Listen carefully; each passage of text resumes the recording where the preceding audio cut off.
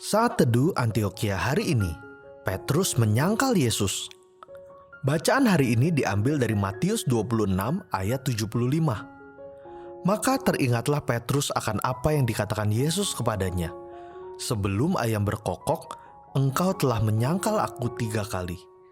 Lalu ia pergi keluar dan menangis dengan sedihnya. Kita tahu bahwa penyesalan selalu datang terlambat. Penyesalan dapat terjadi akibat dari kesombongan, kelalaian, tidak peka terhadap peringatan, dan lain sebagainya.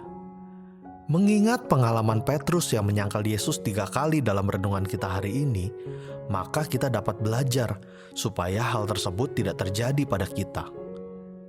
Kita tahu Yesus sudah mengingatkan Petrus bahwa ia akan menyangkalnya sebanyak 3 kali. Namun Petrus tetap merasa yakin bahwa ia tidak mungkin melakukan hal tersebut. Bahkan dia berkata sekalipun harus mati, ia tidak akan menyangkali Yesus. Namun kenyataan yang terjadi, Petrus tidak dapat menepati perkataannya. Mengapa hal itu bisa terjadi? Karena Petrus sombong. Dia tidak berjaga-jaga dan tidak memperlengkapi diri untuk menghadapi peperangan rohani tetapi malah tidur. Sementara bahaya sudah begitu dekat mengancam untuk menghancurkan. Akhirnya, ketika peperangan rohani dimulai, murid-murid menjadi kacau dan melarikan diri.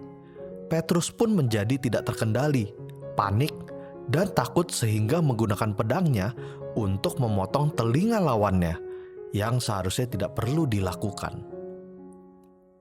Selanjutnya, Yesus ditangkap dan dihadapkan ke mahkamah agama.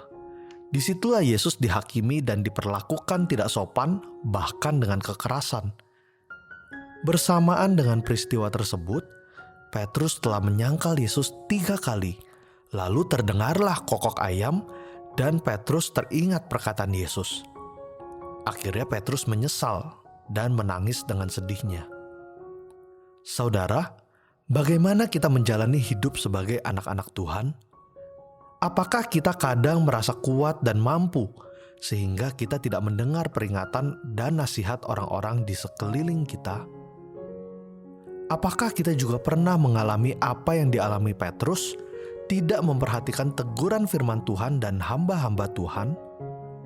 Ingatlah, mengikuti pengertian sendiri hanya akan menjadikan kita tidak siap, tidak peka, tidak sanggup, dan kalah dalam peperangan rohani. Namun demikian, Kristus tetap menerima siapapun yang menyadari dan bertobat dari kesalahannya. Mari kita berdoa. Tuhan, sungguh kami berterima kasih atas segala teguran dan nasihat firman-Mu, serta orang-orang yang Engkau pakai untuk mengingatkan kami, sehingga kami diluputkan dari dosa dan kesalahan. Ajar kami untuk selalu rendah hati, sehingga kami terus bertumbuh dalam firman-Mu. Dalam nama Tuhan Yesus, amin. Sekian saat teduh Antiokhia hari ini. Tuhan Yesus memberkati.